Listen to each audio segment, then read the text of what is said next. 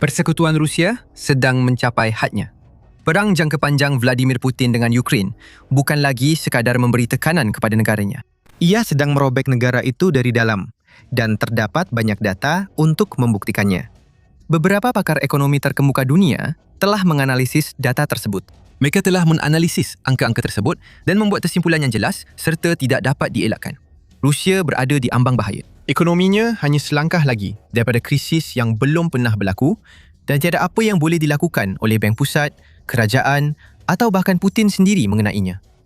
Kami sudah tahu bahawa perkara ini akan berlaku. Loceng amaran telah berbunyi selama beberapa tahun. Pada mulanya, loceng itu berbunyi perlahan kerana Rusia masih mampu menahan tekanan Sekatan Barat dan peningkatan kos peperangan untuk beberapa tahun pertama. Namun kini, loceng amaran itu berbunyi dengan sangat kuat. Tapi sebelum itu, terima kasih kepada Supremacy World War III kerana menaja video ini.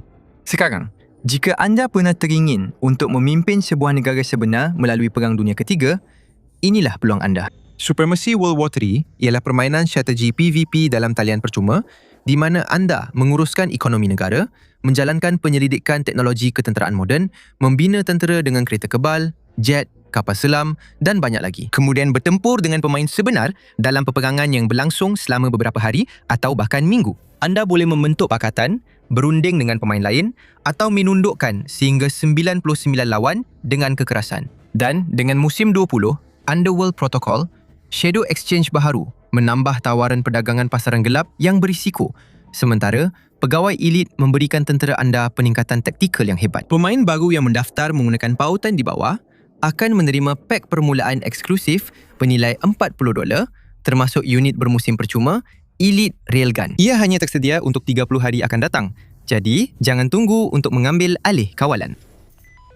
Hampir setiap syuara pakar, baik di luar Rusia maupun di dalamnya, mengatakan perkara yang sama. Semakin lama konflik berterusan, semakin hampir ekonomi Kremlin menuju ke arah kejatuhan sepenuhnya. Butiran mengerikan mengenai situasi negara itu didedahkan dalam satu laporan bertajuk Endgame, The State of the Russian Economy yang diterbitkan oleh Kiel Institute for the World Economy, sebuah pusat penyelidikan dan badan pemikir terkemuka yang berpangkalan di Bandar Kiel, Jerman. Beberapa tokoh paling dipercayai di dunia dalam hal keuangan dan ekonomi telah menyumbang kepada laporan ini, termasuk Torbjörn Becker, pengarah Stockholm Institute of Transition Economics, Maurits Schullerich, profesor ekonomi dan presiden Institut Kiel, serta Matthew C. Klein, seorang wartawan ekonomi yang dihormati, penulis dan penerbit. Mereka ini bukan sekadar pengulas yang berkongsi pendapat politik atau berat sebelah. Mereka adalah antara nama terkemuka dalam bidang mereka. Mereka adalah golongan yang sering dirujuk oleh kerajaan dan pemimpin dunia apabila memerlukan penilaian situasi ekonomi yang disokong oleh data sebenar. Dan mereka semua bersetuju bahawa selepas lebih 4 tahun berperang dengan Ukraine, ekonomi Rusia menunjukkan semua tanda keletihan struktur dengan laporan itu sendiri menyatakan garis besar penamat ekonomi sebenar semakin jelas untuk Rusia. Dalam istilah yang lebih mudah, ekonomi itu belum benar-benar runtuh lagi, tetapi ia memang sudah berada di hujung tanduk. Pakar-pakar memberikan senarai panjang sebab dan data untuk membuktikan perkara ini. Mereka menerangkan, sebagai contoh, bahawa selepas beberapa tahun berlalu, ekonomi Rusia secara efektif telah berubah menjadi ekonomi perang, yang bermaksud bahawa sebarang prospek pertumbuhan ekonomi hampir sepenuhnya bergantung kepada sektor pertahanan. Dalam erti kata lain, walaupun Rusia berjaya mengekalkan tahap pertumbuhan KDNK yang munasabah pada tahun 2023 dan 2024 dengan tahap pertumbuhan yang lebih rendah juga dicatatkan pada tahun 2025. Itu terutamanya kerana kerajaan membeli senjata dan membiayai syarikat pertahanan pada tahap yang sangat besar. Ia bukan disebabkan oleh tahap pengembangan sektor swasta yang sihat. Ia bukan kerana pelbagai jenis perniagaan sedang berkembang pesat di seluruh negara. Ia adalah kerana Kremlin mengagihkan sejumlah besar wang tunai untuk lebih banyak peluru kereta kebal dan peluru untuk memastikan mesin perangnya terus berjalan. Dan apabila sektor pertahanan menjadi lebih besar, kaya dan berpengaruh, segala-galanya yang lain telah terhimpit dan terbatas. Kremlin semakin bergantung kepada pembiayaan luar bajet, pengembangan kredit yang pesat dan sokongan tidak langsung melalui sistem perbankan untuk terus membiayai peperangan. Ini membawa kepada salah satu perkara terpenting dalam laporan itu. Rusia tidak mempunyai sumber wang yang tidak terhad untuk digunakan dan membiayai perangnya tanpa had. Pada tahun-tahun awal, Rusia dapat bergantung kepada dua bentuk pembiayaan yang agak mudah dan boleh diakses yang berfungsi sebagai penampan untuk ekonomi. Yang pertama ialah simpanan dana kekayaan negara Rusia yang sering digambarkan sebagai tabung perang Putin yang akan membantu negara itu menghadapi situasi jika apa yang dipanggil operasi ketenteraan khas itu menjadi lebih rumit dan berpanjangan daripada jangkaan awal. Yang kedua ialah jumlah hasil yang sangat besar yang dibawa masuk oleh industri minyak Rusia. Kedua-dua penampan itu telah berkurangan akibat perang. Dan ini sebahagiannya kerana walaupun dalam mimpi ngeri terburuknya, Putin tidak pernah menjangka pencerobohannya akan menjadi perang terbesar dan paling berdarah dalam sejarah moden, dan dia juga tidak pernah menyangka ia akan berlarutan selama ini. Tiada dana perang yang akan cukup besar untuk mengekalkan konflik ini, dan tidak mengejutkan bahawa dana kekayaan negara telah berkurangan dengan ketara apabila tahun-tahun berlalu. Seperti yang dinyatakan dalam laporan itu, pada permulaan perang, dana kekayaan negara adalah bersamaan dengan 6.5% daripada KDNK. Menjelang April 2026, aset cair dana itu telah mengecil kepada 1.8% daripada KDNK, kurang daripada 1/3 daripada paras sebelum 2022. Apa yang dahulunya merupakan penampan fiskal yang ketara, kini hampir tidak mencukupi sebagai rizab kecemasan untuk sebuah negara yang tidak mempunyai akses ke pasaran modal antarabangsa. Hasil minyak dan gas juga telah merosot dengan teruk sebagai akibat langsung daripada Sekatan Barat, serangan Ukraine dan banyak negara yang enggan menjalankan urus niaga dengan Moskow. Sekali lagi, laporan itu memetik bukti yang jelas untuk menunjukkan perkara ini. Hasil minyak dan gas yang menjadi asas kepada penyeraan fiskal Rusia merosot sebanyak 45% tahun ke tahun pada suku pertama 2026 dan sebanyak 38% dalam 4 bulan pertama. Sebahagiannya mencerminkan kesan sekatan yang lebih ketat ke atas pengeluar tenaga utama Rusia dan serangan drone Ukraine yang mengganggu infrastruktur ekspor, dengan sehingga 40% kapasiti penapisan ekspor dilaporkan tidak beroperasi pada waktu-waktu tertentu pada bulan Mac. Dengan penampan telah habis, defisit bajet Rusia pada suku pertama 2026 sahaja mencecah 4.6 trilion rubel atau 59.5 bilion dolar yang sangat besar. Itu sudah melebihi sasaran setahun penuh, iaitu 3.8 trilion rubel atau 49 bilion dolar. Sebenarnya, apa yang dikatakan oleh pakar di sini ialah Rusia telah menggunakan semua pilihan mudahnya untuk membiayai peperangan itu. Sekarang, ia terpaksa bergantung kepada pilihan yang lebih bermasalah yang menjadikan kehidupan rakyat lebih teruk, menyeret ekonomi semakin hampir ke tepi jurang dan berisiko memusnahkan persekutuan Rusia untuk generasi akan datang. Seperti menaikkan cukai ke tahap tertinggi, meminjam sejumlah besar wang dan sama ada membekukan atau memotong secara langsung sebahagian besar perbelanjaan awam untuk mengalihkan lebih banyak sumber kepada pengeluaran ketenteraan. Kremlin malah terpaksa menggunakan taktik yang lebih licik dan tidak rasmi mengeksploitasi sistem perbankan Rusia untuk membiayai mesin perangnya secara tidak langsung. Sebagai akibat langsung, laporan itu menyatakan bahawa hutang korporat telah melonjak sebanyak 34 trilion rubel, kira-kira 438 bilion dolar sejak perang bermula, menyebabkan banyak perniagaan Rusia berada di bawah tekanan keuangan yang semakin meningkat apabila kos pinjaman terus naik. Sekarang, sebelum konflik bermula, angka itu hampir sifar.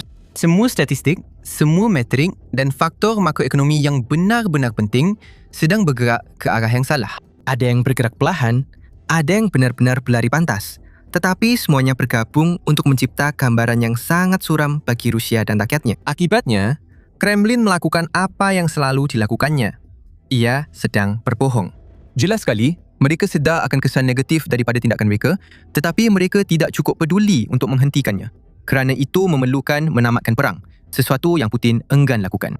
Jadi, kepimpinan Rusia menggunakan taktik klasik penipuan dan propaganda untuk cuba menutup dan memperkecilkan masalah yang mereka hadapi.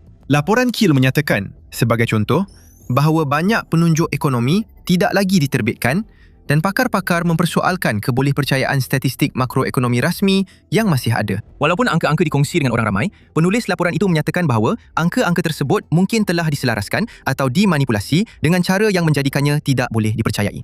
Mengenai inflasi, sebagai contoh, Rusia mendakwa telah memulakan tahun 2026 dengan kadar inflasi sebanyak 6% yang secara beransur-ansur menurun apabila bulan-bulan berlalu. Namun, terdapat banyak bukti yang menunjukkan bahawa kadar inflasi sebenarnya jauh lebih tinggi. Seperti hakikat bahawa kadar faedah pada awal tahun 2026 adalah setinggi 16% dan hampir tidak menurun sejak itu. Pakar juga menunjukkan ketidakselarasan yang jelas antara tahap inflasi yang didakwa dan dasar monetari negara itu, atau hakikat bahawa Bank Pusat pada dasarnya bertindak seolah-olah inflasi jauh lebih tinggi daripada apa yang didakwa. Mengapa Bank Pusat mengekalkan kadar faedahnya pada tahap yang menunjukkan kadar faedah sebenar dalam 2 digit sedangkan kadar faedah sebenar hampir tidak positif sebelum perang? Walaupun kita tidak akan tahu dengan pasti, perkara-perkara ini menunjukkan bahawa angka inflasi rasmi sangat diragui. Pendek kata, semuanya tidak masuk akal dan berita buruk untuk Rusia tidak berakhir di situ sahaja. Tetapi sebelum kita masuk ke bahagian seterusnya, laporan ini dan apa maksudnya untuk masa hadapan, jika anda mahukan lebih banyak analisis seperti ini, pastikan anda melanggan The Military Show. Kami uraikan seperti ini. Setiap minggu, sekarang, laporan Kiel menyatakan bahawa walaupun Rusia boleh terus menggunakan segala helah untuk mencari dana bagi meneruskan perang, mereka masih berdepan cabaran yang pada dasarnya tidak dapat diselesaikan. Matthew C. Klein menyatakan, sebagai contoh, kekangan asas yang dihadapi Rusia hari ini bukanlah akses kepada wang, tetapi akses kepada tenaga kerja, teknologi dan kapasiti pengeluaran. Tiada jumlah kredit, cukai atau pinjaman yang mampu secara ajaib menghasilkan pekerja yang Rusia perlukan untuk bertahan dalam tahun-tahun akan datang. Tiada helah yang boleh serta-merta memulihkan industri-industri yang terabai atau memperbaiki kerosakan yang telah dan terus dilakukan oleh ekonomi perang terhadap masyarakat yang lebih luas. Seperti yang dikatakan oleh Klein, kerajaan boleh menggerakkan sumber kewangan tambahan tetapi dengan kekurangan tenaga kerja pada tahap tertinggi dan sekatan yang menghadkan akses kepada import penting, perbelanjaan yang lebih tinggi semakin berisiko menghasilkan inflasi, bukannya pengeluaran ketenteraan yang lebih besar. Dan ini membawa kepada satu lagi perkara, iaitu sekatan. Sekatan ini datang dalam 2 bentuk. Terdapat sekatan barat konvensional yang merangkumi pembekuan aset, larangan perbankan, had harga dan kawalan ekspor. Kemudian, terdapat sekatan jarak jauh Ukraine yang melibatkan serangan terus menggunakan drone dan peluru berpandu ke atas infrastruktur Rusia, terutamanya kilang penapisan minyak, saluran paip, dipot bahan api dan nod utama lain dalam empayar tenaga Kremlin. Kedua-duanya terbukti berkesan, walaupun dengan cara yang berbeza. Sebagai contoh, sekatan keuangan barat mengambil masa untuk memberikan kesan. Nasib baik, apabila tahun-tahun berlalu, kesannya semakin jelas kelihatan. Laporan itu menyatakan bahawa hukuman ekonomi ini telah berjaya mengetatkan kekangan bajet Rusia dan menjadikannya lebih sukar untuk negara itu mendapatkan hasil yang diperlukan untuk membiayai usaha peperangan. Mereka telah membantu mengurangkan hasil tenaga, meningkatkan kos import, melemahkan kewangan Kremlin sendiri dan menjadikan pengeluaran ketenteraan jauh lebih sukar. Oleh kerana Moskow tidak lagi boleh dengan mudah mengimport komponen dan bahan yang diinginkan dari seluruh dunia. Dengan itu, laporan tersebut mendedahkan bahawa Rusia masih memperoleh kira-kira $160 bilion daripada ekspor minyak dan $39 bilion daripada ekspor gas pada tahun 2025. Ini menunjukkan bahawa walaupun sekatan berfungsi, pada tahap tertentu, ia belum sepenuhnya menyekat aliran pendapatan Kremlin. Sekatan jarak jauh, Ukraine bukan sahaja lebih dramatik dan benar-benar melibatkan letupan, tetapi berpotensi memberikan impak yang jauh lebih besar dari segi menghasilkan manfaat segera. Serangan berterusan ke atas pelbagai loji penapisan penting di seluruh wilayah Rusia memintas birokrasi yang berkaitan dengan hukuman keuangan dan politik, memusnahkan infrastruktur yang sangat diperlukan Rusia untuk menyimpan minyak, memprosesnya dan menghantarnya. Serangan-serangan ini telah menjejaskan kapasiti pengeluaran keseluruhan negara itu secara drastik, yang secara semula jadi memberi kesan langsung kepada pendapatannya juga. Semakin kerap serangan-serangan ini berlaku dan semakin lama ia berterusan, semakin dahsyat kesannya yang mungkin akan terjadi. Dan apabila kita mengambil kira semua faktor yang berbeza ini, daripada dana kekayaan negara yang semakin berkurangan kepada perbelanjaan perang yang meningkat dan hasil minyak yang merosot, jelas kelihatan betapa besarnya krisis ini. Ekonomi Rusia sedang menuju ke arah itu. Kremlin hanya mempunyai dua harapan tipis untuk bertahan. Yang pertama ialah ketidaktentuan harga minyak. Laporan Kiel menyatakan bahawa prospek ekonomi keseluruhan Rusia boleh berubah mengikut harga minyak. Untuk lebih tepat, jika harga minyak naik, itu sudah tentu berita baik untuk Rusia kerana ia bermakna mereka boleh memperoleh lebih banyak wang untuk setiap tong yang dieksport. Namun, jika harga minyak turun, masalah negara itu akan bertambah buruk. Seperti yang dinyatakan dalam laporan tersebut, idea ini telah dibuktikan semasa perang di Iran. Keadaan berubah apabila Amerika Syarikat dan Israel melancarkan serangan berskala penuh ke atas Iran, menyebabkan harga minyak melonjak, tambah para pakar. Malah, lonjakan harga minyak yang singkat boleh menghasilkan peningkatan hasil yang besar. Tempoh harga tinggi yang berpanjangan boleh secara efektif menghapuskan sekatan semasa terhadap pembiayaan perang Rusia. Dengan itu, walaupun harga minyak tinggi, ia tidak menyelesaikan banyak isu lain. Kremlin juga menghadapi masalah seperti kekurangan tenaga kerja, kapasiti pengeluaran yang terhad dan kesan larangan import serta ekspor. Untuk menyelesaikan sebahagian daripada masalah itu, Moskow terpaksa bergantung kepada talian hayat keduanya, iaitu China, kerana banyak negara telah memalingkan belakang kepada Rusia. China merupakan salah satu daripada beberapa negara utama yang terus berurusan dengan Kremlin dan hubungan antara kedua-dua negara ini terbukti sangat penting dalam memastikan peperangan terus berlangsung. Laporan itu menyatakan, sebagai contoh, bahawa China kini menyumbang lebih daripada 1/3 iaitu 35% daripada semua perdagangan luar Rusia. China juga membekalkan majoriti besar barangan dwiguna dan komponen ketenteraan yang terus membanjiri Rusia untuk digunakan di kilang pengeluaran dron dan peluru berpandu. Tetapi, perjanjian ini bukanlah jalan sahala. China juga mendapat banyak manfaat daripadanya. Sebagai contoh, China membayar 40% lebih rendah untuk gas Rusia berbanding pelanggan lain. China juga telah memperluaskan pengaruhnya ke atas perdagangan, kewangan dan rantaian bekalan industri Rusia. Dan apabila masa berlalu, kebergantungan Rusia terhadap China semakin meningkat sehingga Beijing kini menjadi pelanggan terbesar, pembekal terbesar, penyedia teknologi terbesar dan yang paling penting, talian hayat keuangan utama Moskow. Laporan itu berhujah bahawa itu bukan satu perkongsian. Ia adalah satu kebergantungan yang semakin tidak seimbang walaupun kedua-dua negara mendapat manfaat nyata daripada perkongsian tersebut. Ia bukan satu gabungan yang setara, tetapi satu susunan yang semakin tidak seimbang di mana satu pihak sedang meraih kelebihan dari segi struktur dengan mengorbankan pihak yang lain. Jadi, bukan sahaja Rusia semakin lemah dari segi ekonomi, malah dari segi politik juga. China sedang memanfaatkan hubungan itu semaksimum mungkin. Dan Moskow tiada pilihan lain selain mengangguk dan bersetuju dengan tuntutan Beijing. Penulis laporan itu ingin menekankan bahawa semua ini tidak semestinya bermaksud ekonomi Rusia akan runtuh dalam masa terdekat. Sebaliknya, mereka berhujah bahawa semua data menunjukkan negara itu sedang berada di ambang yang semakin rapuh dan hanya memerlukan sedikit sahaja untuk menolakkannya ke jurang.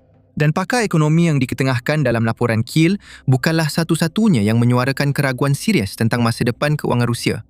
Ramai perkhidmatan perisikan terkemuka Eropah juga merasakan perkara yang sama. Malah, dalam satu laporan yang diterbitkan dalam akhbar Jerman FAZ, sumber perisikan dipetik sebagai berkata bahawa Rusia telah mencapai keadaan yang sangat kritikal akibat tahap perbelanjaan perang yang melampau digabungkan dengan kesan sekatan, pengasingan dan serangan Ukraine ke atas infrastruktur minyak. Laporan itu menyorot banyak kelemahan dan risiko yang sama seperti yang telah disebutkan sebelum ini. Penganalisis perisikan berhujah, sebagai contoh, bahawa sektor perbankan Rusia sedang diletakkan di bawah tahap tekanan yang tidak dapat ditanggung. Mereka berkongsi kepercayaan bahawa Kremlin sedang menggelembungkan kunci, kira-kiranya secara buatan, untuk menyembunyikan kecenderungan mereka yang cuai. Dan mereka bercakap tentang hutang tersembunyi yang semakin meningkat yang sedang ditanggung oleh Rusia dalam bentuk pinjaman keutamaan dan talian kredit yang telah diberikan oleh bank-bank kepada syarikat pertahanan di bawah arahan pihak atasan di Kremlin. Menurut agensi-agensi yang sama, malah di dalam Rusia sendiri, ramai pegawai kini secara terbuka menyatakan kebimbangan jelas tentang kemelesetan yang bakal berlaku. Topeng itu, hujah mereka semakin terlucut. Rusia sedang berusaha keras untuk menggambarkan ekonominya sebagai dinamik, bertenaga dan berdaya tahan. Tetapi realitinya sudah tidak lagi sepadan dengan gambaran itu. Portfolio pinjaman bank semakin merosot, Perniagaan gagal membayar hutang mereka. Pertumbuhan ekonomi telah jatuh ke paras negatif pada suku pertama tahun 2026. Perusahaan sektor sivil sedang ditinggalkan dan bahkan langkah paling terdesak oleh Bank Pusat pun tidak cukup untuk mengawal krisis ini. Ditambah pula dengan hakikat bahawa perang dilaporkan menjadi semakin mahal setiap hari. Dengan anggaran terkini menunjukkan bahawa Kremlin mungkin akan membelanjakan sekurang-kurangnya $27 bilion lebih untuk tenteranya tahun ini berbanding rancangan asal. Disebabkan perkara ini, kedua-dua agensi perisikan dan pakar ekonomi bersetuju bahawa kuasa sedang beralih dari Rusia ke tangan pihak lawannya dan terpulang kepada mereka untuk mengambil kesempatan daripada fakta itu. Pakej sekatan baharu yang menyasarkan bank-bank Rusia mungkin cukup untuk menyebabkan ekonomi Kremlin jatuh merudum. Penurunan harga minyak yang berterusan mungkin akan memberi kesan yang sama. Penulis laporan Kiel mengesyorkan agar pembuat dasar barat berfikir dengan sangat teliti tentang cara memanfaatkan situasi ini sebaik mungkin. Mereka mengesyorkan penguatkuasaan had harga minyak yang lebih ketat dan memperbaharui usaha untuk mengehadkan pergerakan armada bayangan Rusia. Mereka juga berhujah bahawa melaksanakan kawalan yang lebih ketat ke atas perdagangan antara Rusia dan China boleh menyukarkan lagi Moskow untuk mengekalkan peperangan ini lebih lama. Ada juga yang mencadangkan tarif sokongan Ukraine ke atas sebarang perdagangan yang masih berlangsung dengan Rusia. Sebagai contoh, mana-mana negara yang masih membeli LNG, bahan kimia dan baja dari Rusia perlu membayar yuran tambahan.